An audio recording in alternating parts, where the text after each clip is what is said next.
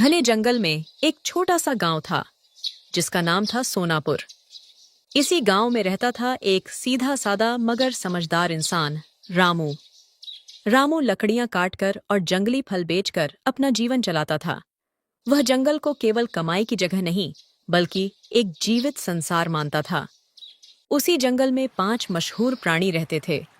चालाक लोमड़ी, भूखा और खतरनाक भेड़िया, जंगल का शक्तिशाली बाघ और नन्हा मगर फुर्तीला खरगोश। कई दिनों से बारिश नहीं हुई थी, शिकार कम हो गया था। एक दिन भेड़िया झाड़ियों के बीच घूम रहा था। उसकी आंखें लाल थीं और पेट की आग उसे चैन नहीं लेने दे रही थी। तभी उसकी नजर खरगोश पर पड़ी, जो गाजर खोजते हुए कूद रहा था। आज तो किस्मत खुल गई। इतने दिनों बाद ताजा शिकार दिखा है। भूख ने मुझे पागल कर दिया है और अब कोई मुझे रोक नहीं सकता।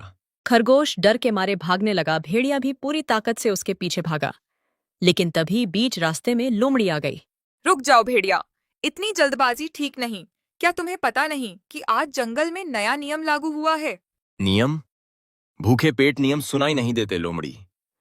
अगर जान बचानी है तो हट जाओ। दया करो भैया, मैंने किसी का कुछ नहीं बिगाड़ा। बाघ ने साफ कहा है कि बिना इजाजत शिकार करने वाले को जंगल से बाहर निकाल दिया जाएगा। आज ही उन्होंने रामू इंसान से यह बात दोहराई है। रामू का नाम सुनते ही भेड़िया एक पल को रुका। उसे इंसानों की आग और हथियार याद आ गए। तुम मुझे डराने की कोशिश कर रही हो, लेकिन भूख डर से बड़ी होती है।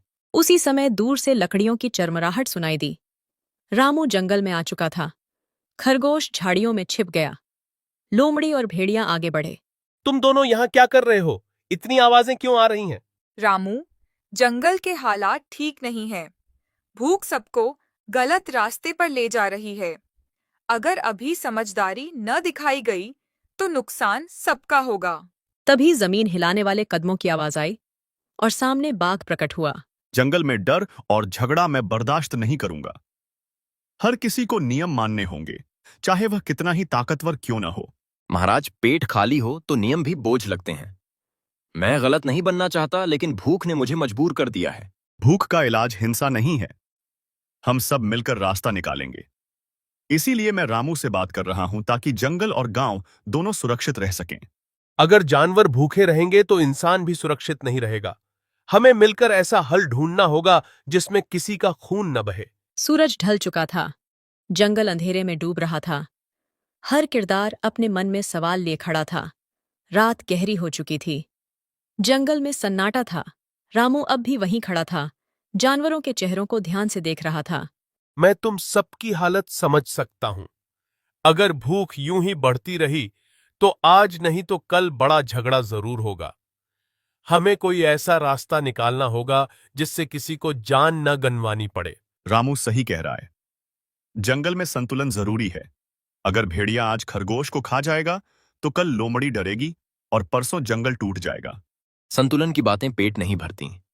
कई दिन से मुझे ढंग का शिकार नहीं मिला। अगर आज भी खाली लौटा तो शायद मैं जिंदा ही ना रहूं। झाड़ियों के पीछे छिपा खरगोश कांपता हुआ बाहर आया। मैं छोटा हूं, कमजोर हूं, लेकिन मेरी भी जान की कीमत है। क्या हर बार भूख लगने पर ताकतवर ही फैसला करेगा? लड़ने से बेहतर है सोचना। जंगल के पास गांव है, खेत हैं। अगर हम अक्ल से काम लें तो सबका पेट भर सकता है और किसी का नुकसान भी नहीं होगा। आखिर तुम्हारा मतलब क्या है? तुम आखिर करना क्या चाहती हो? हमें बताओगी? गांव के बाहर जो पुराना कुआं है, उसके पास अक्सर मरे हुए जानवर फेंके जाते हैं। अगर भेड़िया चाहे तो मैं उसे वहां तक सुरक्षित पहुंचा सकती हूँ। थोड़ी देर भेड़िया रुक गया। उसकी आंखों में पहली बार उम्मीद दिखी। अगर यह सच है तो आज मेरी जान बच सकती है, लेकिन अगर तुम चाल चली तो परिणाम बुरा होगा। जंगल में आज से एक नियम होगा। कोई भी बिना वजह किसी कमजोर पर हमला नहीं करेगा। जरूरत पड़ने पर सब मिलकर हल ढूंढेंगे। मैं गांव वालों से भी बात करूंगा ताकि वे जंगल के पास खाना बेकार न फेंकें और जानवरों को भूखा न रखें।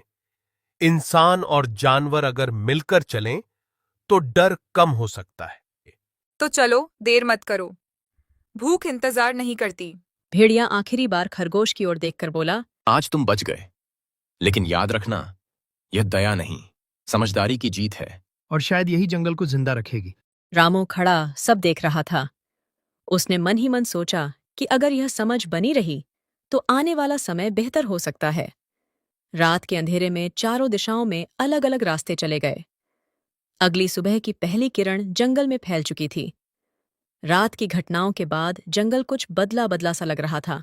हवा में डर कम और उम्मीद ज्यादा महसूस हो रही थी। रामू गांव की ओर जा चुका था, लेकिन उसके शब्द अब भी जानवरों के मन में गूंज रहे थे। भेड़िया लोमड़ी के साथ उस पुराने कुएं तक पहुंचा, जहां सच में गांव वाले मरे हुए जानवर और फसल का बेकार हिस्सा फेंक जाते थे। कई दिनों बाद भेड़िए को पेट भर खाना मिला। उसकी आंखों की जलन कम हो चुकी थी। आज अगर तुम मेरे सामने ना आती तो शायद मैं कोई बड़ा पाप कर बैठता। भूख इंसान ही नहीं, जानवर को भी अंधा बना देती है। अक्ल का काम यही है कि वह अंधेपन से पहले रास्ता दिखा दे। ताकत से ज्यादा जरूरी समझदारी होती है। दूसरी ओर जंगल के बीच बाघ एक ऊंची चट्टान पर बैठा सब कुछ देख रहा था। उसे पहली बार लगा कि बिना दहाड़ के भी जंगल चल सकता है। अगर हर समस्या का हल शिकार होता तो यह जंगल कब का खत्म हो चुका होता। आज जो हुआ वह मिसाल बनेगा। खरगोश अपने बिल से बाहर निकला। अब उसकी चाल में डर कम था। वह सीधे बाघ के पास पहुंचा। न्याय तभी जिंदा रहता है जब सब उसे माने, ताकतवर भी और कमजोर भी। उधर गांव में रामू पंचायत के सामने खड़ा था। अगर हम जंगल को दुश्मन समझेंगे तो एक दिन वही दुश्मन बन जाएगा। जानवर भूखे रहेंगे तो गांव सुरक्षित नहीं रहेगा। हमें मिलकर रास्ता निकालना होगा। गांव वालों ने उसकी बात समझी। तय हुआ कि खाने का बेकार हिस्सा जंगल के किनारे एक तय जगह पर डाला जाएगा, ताकि जानवर गांव में न आए। रामू फिर जंगल लौटा और बाघ से मिला। आज इंसान और जानवर दोनों ने एक कदम पीछे हटकर बड़ा कदम आगे बढ़ाया है। सही कहा। आज जंगल ने सीखा कि ताकत से बड़ा समझौता होता है। लोमड़ी, भेड़िया और खरगोश भी वहां आ गए। सब एक दूसरे को देख रहे थे, लेकिन इस बार नजर में डर नहीं था। मैं वादा करता हूं कि बिना वजह किसी कमजोर पर हमला नहीं करूंगा। और मैं ये समझूंगा कि हर ताकतवर दुश्मन नहीं होता। और मैं अक्ल का इस्तेमाल सिर्फ चल के लिए नहीं, सही रास्ते के लिए करूंगी। जंगल में एक नया नियम जन्म ले चुका था।